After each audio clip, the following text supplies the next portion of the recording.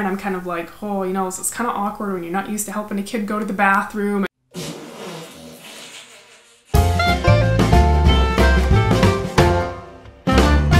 Hi everyone, welcome back. I'm Hannah and this is Charm With Me. On this channel, we simplify and organize life by decluttering our homes and hearts. Please consider hitting the subscribe button and don't forget to click on the notification bell so that you will be alerted every time I upload a new video.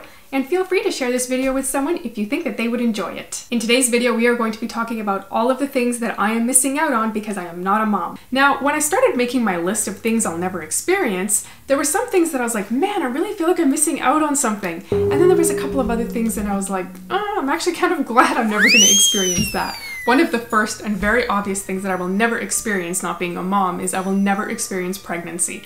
Now I know that not everybody has a positive pregnancy experience. Some of my friends have amazing experiences and they love it and they're like, man, if money and time were no option, I would have so many kids because I love being pregnant. And then I've got a sister-in-law who had horrible pregnancies. I just think there's something really amazing that your body can make another human being. That is super cool. Obviously, there's nothing like actually experiencing being pregnant. The good stuff and the bad stuff. But I'm mildly curious about it. I mean, not so curious that I'm going to have a baby just to experience pregnancy, but mildly curious because I think it's probably one of the most interesting experiences you can have as a female. So, I feel like I'm missing out a little bit on this one. The second thing is watching kids grow up. And this is everything from their first word to their first step. We'll be right back. Quick commercial break while I put this little troublemaker out.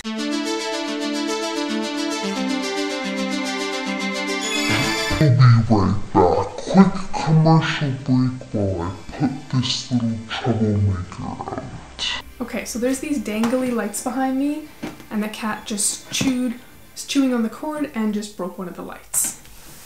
Surprised that cat is still alive. Now I do get to experience this with my nieces and my nephews, but it's certainly not the same as when you're a parent. There's so many important milestones in a kid's life that as a parent you get to experience those things, and part of it is probably super exciting because your kid is growing up and you're like, wow, they're actually doing stuff and I taught them that. But then part of it is also a little bit bittersweet, I'm sure, because then your kid grows up and you're like, wow, now what? They're all grown up. So I don't completely miss out on this one. Being disappointed by your kids.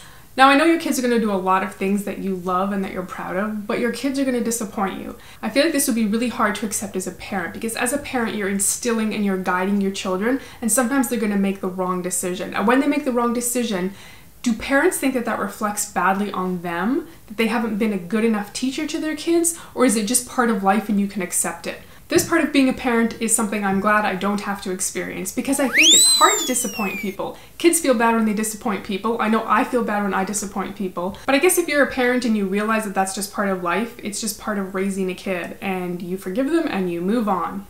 Your child telling you, I love you. This is so special and so cute, and when I see little kids go up to their parents and tell them that they love them, it is adorable. Oh my goodness, it like melts my heart. I was taking care of my nephew a few days ago. He's a very small, tiny, short 4-year-old, and so he needed help using the big potty. And so we're in there, he's doing his thing, and I'm sitting there and I'm kind of like, oh, you know, it's kind of awkward when you're not used to helping a kid go to the bathroom.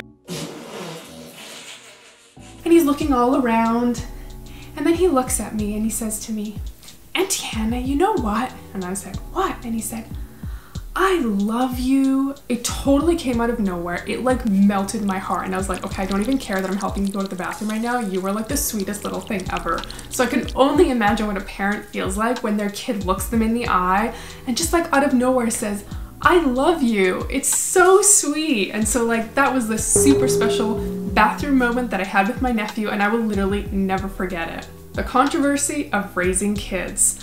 I cannot even believe the pressure that parents are under nowadays when they raise their children. There are opinions and strong opinions about every single thing that you could possibly do to your kids. I actually feel bad for parents where all of these topics are concerned, because I think as a parent, you're gonna do whatever you can to give your kid the best upbringing that you possibly can. And I feel like there's so much controversy. Even this movement of like parents against parents. Some parents feel this way, other parents feel this way, and there's just sort of this constant friction between parents. And I notice it, and I'm not even a parent. I see it on my social media. There's some parents that post articles about certain topics, and then other parents will fire back. And it feels like that there's kind of this constant attack between the parental community, and maybe that's just my observation from someone who's on the outside. But I was talking to my mom about this, and I said to her, you know, when we were growing up, there was the internet, but it was a very new thing. And so I was saying to her, you know, was there a lot of controversy when we were being raised? Did you find that parents kind of nitpicked at each other and got in debates about all these things? And maybe she's just like a really peaceful and calm person and she wasn't aware of any of it. But she said, not really. She said people just kind of did their thing with their kids, and you know, you would get someone that would make a comment about your kid's behavior. She said for the most part, parents just kind of do their own thing, and that's just how it was. So I think maybe in past it was somewhat easier to raise kids because you didn't get everyone's opinions, whether or not you asked for them, as intensely as you do now. This is just an observation that I've had, but I'm kind of glad that this is not something I have to contend with.